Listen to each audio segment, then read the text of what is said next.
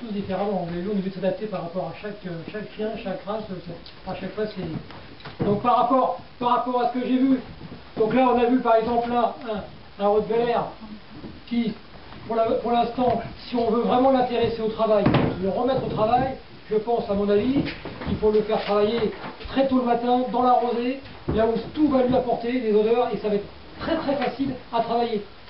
Et non pas en plein gagnant comme ici, où on est là l'après-midi, il fait 30 degrés, et là, il va trouver un intérêt beaucoup plus important. Et je pense que l'intérêt, il sera peut-être encore plus important si c'est vous qui faites le petit exercice plutôt qu'un étranger. Il va peut-être trouver plus d'importance à travailler sur vous, ça sera vérifié, à travailler sur vous. Oui, c'est quelque chose que je n'ai jamais fait, puisqu'on m'avait interdit de le faire. Oui, mais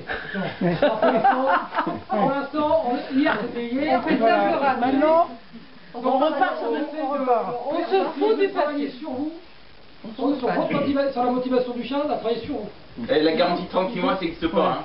Et les fondations, elles sont mauvaises, on les rase aussi. Il faut trouver un intérêt à ce qu'il ait envie de se mettre au travail. Et c'est votre façon de faire qui va faire qu'il aura envie ou pas envie de travailler. Donc il va falloir l'aider. Pour moi, actuellement, la seule façon d'aider pour qu'il ait un petit peu d'énergie, un petit peu de jus, c'est de le mettre le matin et qu'il soit dans la rosée, là, et puis que ça soit facile pour lui, qu'il puisse déjà aller chercher cet objet et après s'intéresser à un objet. Qu'il soit là, volumineux, très gros, et éventuellement un tout petit peu surélevé, pour qu'il soit plus facile à faire. Donc quand les chiens veulent vraiment pas faire, quand on a des chiens qui veulent vraiment pas faire les objets, vous plantez un petit piquet, et puis l'objet vous mettez un tout petit peu suspendu, vous verrez les chiens les font beaucoup mieux. Ça c'est quand le chien n'a pas du tout d'intérêt à l'objet, on lève un tout petit peu l'objet et ça le... Ce qu'on a fait là, au lieu de le mettre par terre, on plante un piquet et on a l'objet à la hauteur du chien. Et là, il trouve un intérêt de... Faut faire attention au piquet quand même, tout à l'heure. Les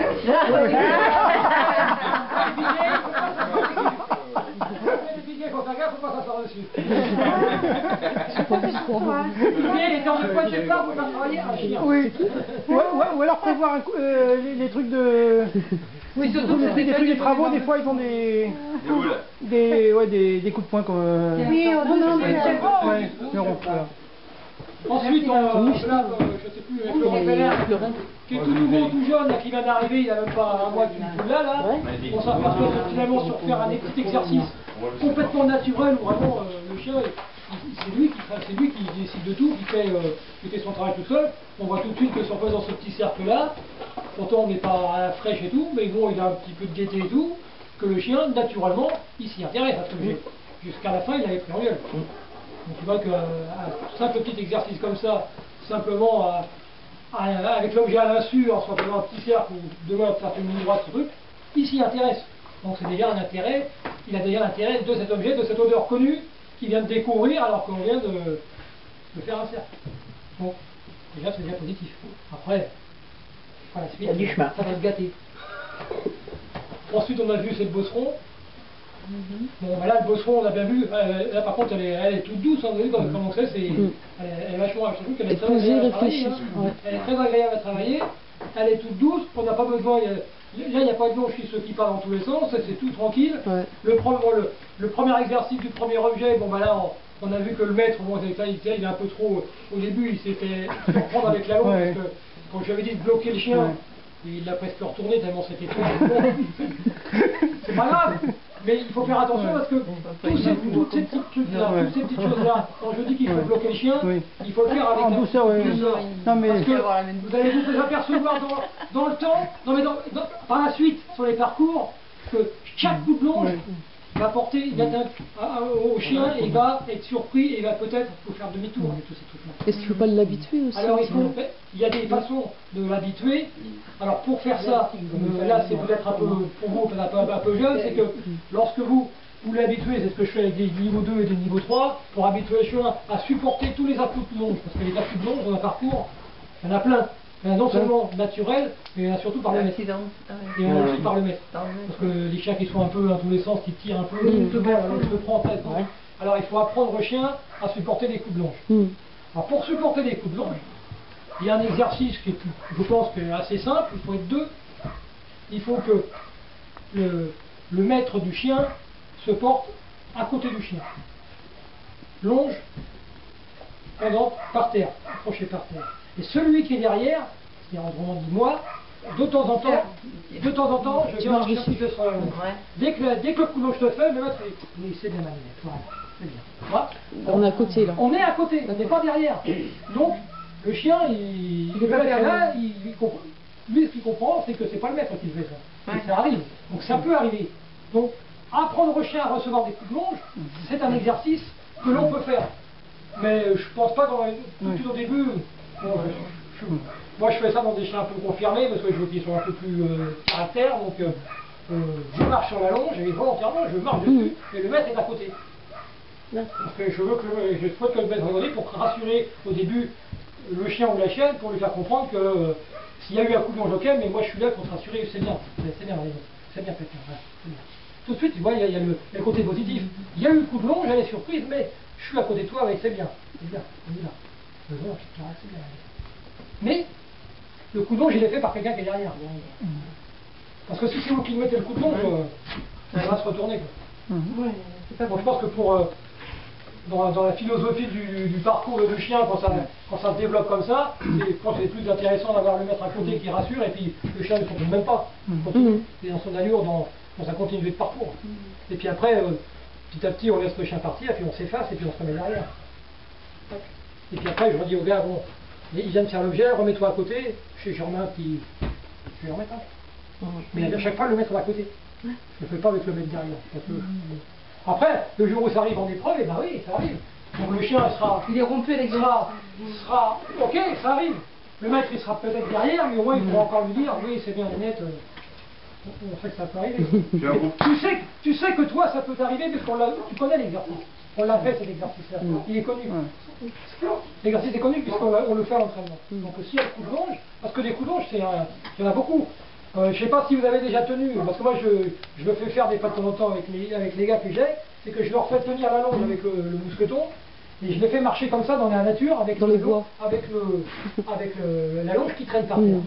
Ben, vous allez vous rendre compte, le nombre de fois où vous prenez des à-coups dans la main, et que ça va tout le temps, c'est énorme. Alors imaginez quand le chien est derrière. Donc tout ça, c'est des trucs qu'il faut aussi apprendre au chien à recevoir des coups de longe. Mais je pense qu'il faut le faire un peu avec un peu de doigté, c'est pas à se mettre derrière et puis boum.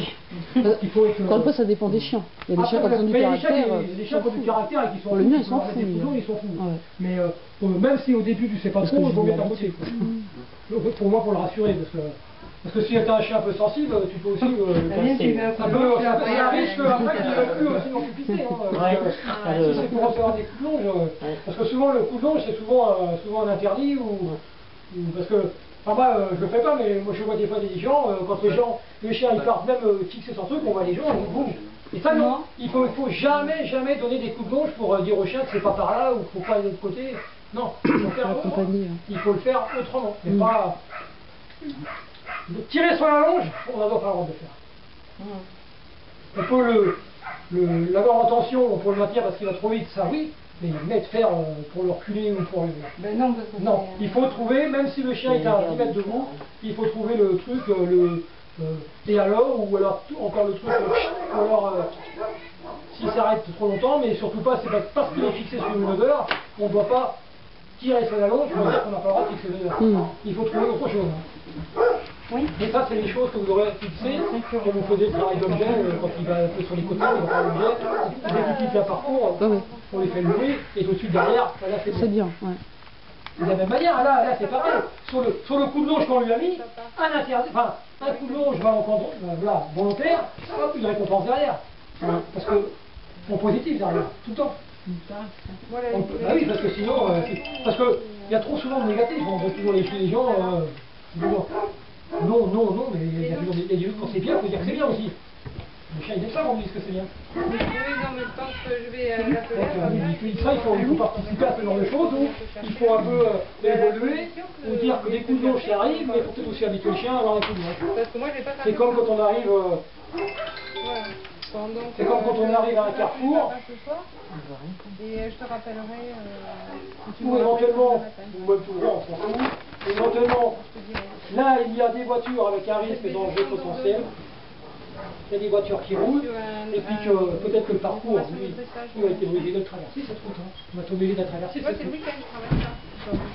Donc ce qui va se passer, c'est que quand on va arriver ici avec le chien, on est à 10 mètres. Bon, mais je te Voilà, me on est à rappelle 10 mieux mètres du chien maintenant. en doublon, on le tient en doublon. Non, toi, tu me Quand rappelles. on peut anticiper Voilà, je vais appeler ce genre de choses, il faut déjà dans les 50 mètres, et quand vous arrivez ici, vous ne savez pas du tout au cul du chien. Là, vous avez plus 10 mètres. Ouais. Là, vous êtes pratiquement à 1 mètre du chien à l'arrivée. De façon à ce que Tu remontes, si tu remontes la longe oui, tu remontes, tu accélères, D'accord. tu veux pas, Et je remonte la longe. tu d'accord. enroules pas la longe. Non, non, non, je la remonte. Tu la remontes, Ouais. tu la remontes, fais attention parce que si... Faut pas la laisser traîner. Voilà, fais attention parce que il faut Pas qu'elle traîne sur la mesurer le route. danger. Ah oui, sur la parce route, que oui, je il sais. faut pas oublier que si Il faut pas qu'elle traîne Il y a une tu ne roue. replies pas le ballon, Ouais. si tu ne replies pas et que tu le traverses, fais attention parce que si ton chien il est là et que tu n'as pas replié ta longe, tu auras Il va- danger. Hein. Faut Ouais. anticiper tout ça. Voilà. Faut anticiper le danger. J'y pense, Et faut ouais. faire attention, c'est que même si toi et ton chien t'es passé, t'en la longe qui est là. Puis les roues, ça Il a une peut. roue. Ouais.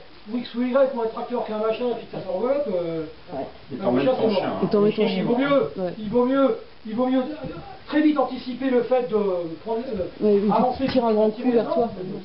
La longe derrière. On appelle la longe truc, Ouais. et si vous avez la possibilité que c'est à vue, c'est que quand vous allez arriver progressivement à ce carrefour, plus vous approchez du carrefour, il n'est pas, si le danger n'y est pas, si vous le voyez, ça c'est des fois on ne voit pas, il y a des maisons, hein, Ouais. on voit rien. Mais si le danger n'y est pas, n'arrêtez pas votre chien.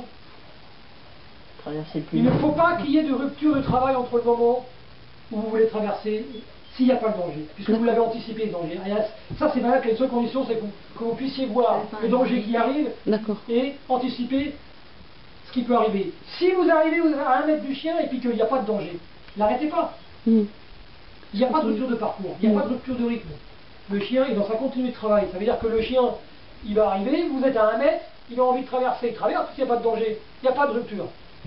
Mhm. Si vous faites ça, pas vous l'arrêtez alors qu'il n'y a rien, il n'y a aucun danger, il n'y a rien, Mhm. il n'y a plus de danger. Là. Vous l'arrêtez, il y a rupture de travail, et là le chien, il peut très bien, allez hop, je repars par là, et je repars par là, alors que sa première idée, si les effluves arrivent là, c'est qu'il aura déjà envie de traverser. Par Mhm. contre, à l'inverse, n'oubliez pas, quand on arrive dans un carrefour comme ça, quand le chien arrive avec un danger, quand on risque d'avoir une rupture de travail, alors juste avant d'arriver là, n'oubliez pas la dernière idée que le chien va vous montrer. Ah. Enregistrez ce qu'il a voulu faire. Pour réengager dans le même sens. hein. Parce que si le parcours il était par là, si éventuellement le chien il commençait déjà à amorcer comme ça, puis hop, on arrête la rupture, là, on arrête pas. N'oubliez pas qu'il commençait à amorcer sa sortie sur la gauche. N'oubliez pas cette direction qu'il voulait montrer. Parce que ça va être surtout le travail, si vous l'arrêtez, bien souvent le chien il ne va pas continuer puisqu'il a été arrêté, il va commencer à divaguer, à chercher, hop, et là il va aller par là, et puis finalement il va y revenir. Par contre, si vous avez la possibilité de vous mettre à 1 mètre et qu'il n'y a pas de danger, Ouais. On laisse. Ouais. pas de rupture de travail, pas de rupture de rythme, le chien est dans sa continuité de travail et il va. Et ça c'est valable quand on a fait comme je vous ai dit, les phases 1 où on mettait la confiance au chien et qu'on n'arrêtait pas le chien dans les carrefours et puis qu'on lui faisait hyper confiance que le chien, même s'il amorce ici et qu'on sait qu'il voulait aller à gauche mais qu'on est obligé de l'arrêter parce qu'il y a une voiture, et bien quand on va repartir, on va repartir de là, on va pas revenir en arrière. Bah oui. Et c'est pas nous qui le faisons repartir, Mhm. c'est lui qui repart. On l'a arrêté, c'est lui qui repart. C'est lui qui décide de repartir. Alors moi, Mais je- si on peut éviter le danger, si on peut, à chaque fois que vous pouvez le faire, et ça il ne faut pas l'oublier, c'est qu'à chaque fois qu'il peut y avoir un danger, et que le danger on peut le maîtriser, qu'on peut le maîtriser, et puis que si on arrive et qu'il n'y a pas de danger justement à cet endroit où on voit, pas de rupture de rythme, on continue dans la continuité de travail du chien. Mhm. Le rythme il continue. Par contre, à la seule différence que le détail 10 mètres, c'est que là on est au départ, on est à 1 mètre. 1 mètre. Mhm. Et puis après, s'il n'y a pas le danger, le chien, on est à 1 mètre, et puis le chien continue, là, vous marchez, vous ralentissez un tout petit peu, pas mais presque pas, dans la continuité, hein, de façon à ce que petit à petit la longe, elle parte, et puis vous voyez, s'il y a le bord de route, vous ne mettez pas 10 mètres. Hein. Ouais. Vous Ouais, mettez faut rester 5 mètres, 2 mètres, 3 au mètres, en maximum. fonction du danger, parce que faut bien comprendre que tout ça là, tous ces dangers-là, il faut les maîtriser, hein, Mhm. parce qu'il y a quand même un danger pour le chien, parce que si on est au bord de route, si on est à 5 mètres